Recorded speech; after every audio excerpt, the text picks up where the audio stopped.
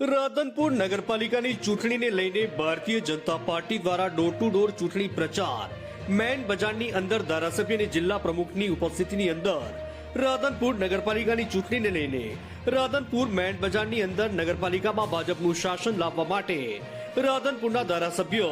લવિંગજી સોલંકી અને પાટણ જિલ્લા ભાજપ પ્રમુખ દશરથજી ઠાકોર, રઘુરામભાઈ ઠક્કર અને મહેશભાઈ ઠક્કર અને રાધનપુર શહેર ભાજપ પ્રમુખ રાજુભાઈ ઠક્કર, પેટ્રોલ પંપ અને રાધનપુરના વેપારીઓ અન્ય અગ્રણીઓ રાધનપુર મેન બજારની અંદર ડોર ટુ ડોર ચૂંટણી પ્રચાર કરી ભારતીય જનતા પાર્ટીના 28 ઉમેદવારોને વિજય બનાવવા અપીલ કરવામાં આવી હતી। મોટી સંખ્યામાં વેપારીઓ અને ભારતીય જનતા પાર્ટીના કાર્યકર્તાઓ રાધનપુર મેન બજારની અંદર ફરી દરેક લોકોને અપીલ કરી હતી ભારતીય જનતા પાર્ટીને વિજય બનાવવા માટે। તેમાં ડોક્ટર દેવજીભાઈ પટેલ, રમેશભાઈ ઠક્કર, કેશાજી ઠાકોર, મહિલા મોરચાની બહેનો, ઉમેદવારો, અન્ય નગરજનો રાધનપુરને ભારતીય જનતા પાર્ટીની બોડી બનાવવા અપીલ કરવા બજારમાં નીકળ્યા હતા અને લોકોને અપીલ કરી હતી અને મત આપવા માટે સાથે સાથે રાધનપુરના ધારાસભ્ય લવિંગજી સોલંકી અને પ્રદેશ મોવડી મંડળમાંથી આવેલા પ્રભારી અને જિલ્લા ભાજપ પ્રમુખ દ્વારા ચાની લારી પર મતદારો સાથે ચાય પે ચર્ચા રાધનપુરનું પરિવર્તન લાવવા માટે ભારતીય જનતા પાર્ટીને મત આપવા લોકો સાથે વાર્તાલાપ અને સત્તા વિચારણા કરી હતી અને મત આપવા માટેની અપીલ કરી હતી।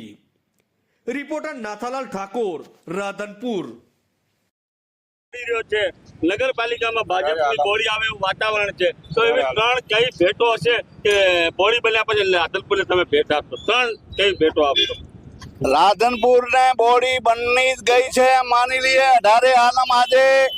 એકી સાથે કમળ કમળના નારા લગાવી રહ્યા છે। રાધનપુર ને એ મોટી ભેટ આપવાની છે કે 60 વર્ષથી આ રાધનપુર ને ખારું પાણી પીતો તો,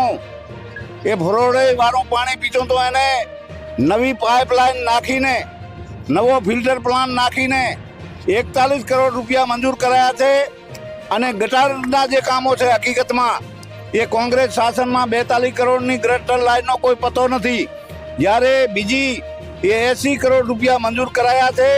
વેપારીઓને વ્યવસ્થિત રીતે ધંધો કરી શકે અને કોઈ તકલીફ ના પડે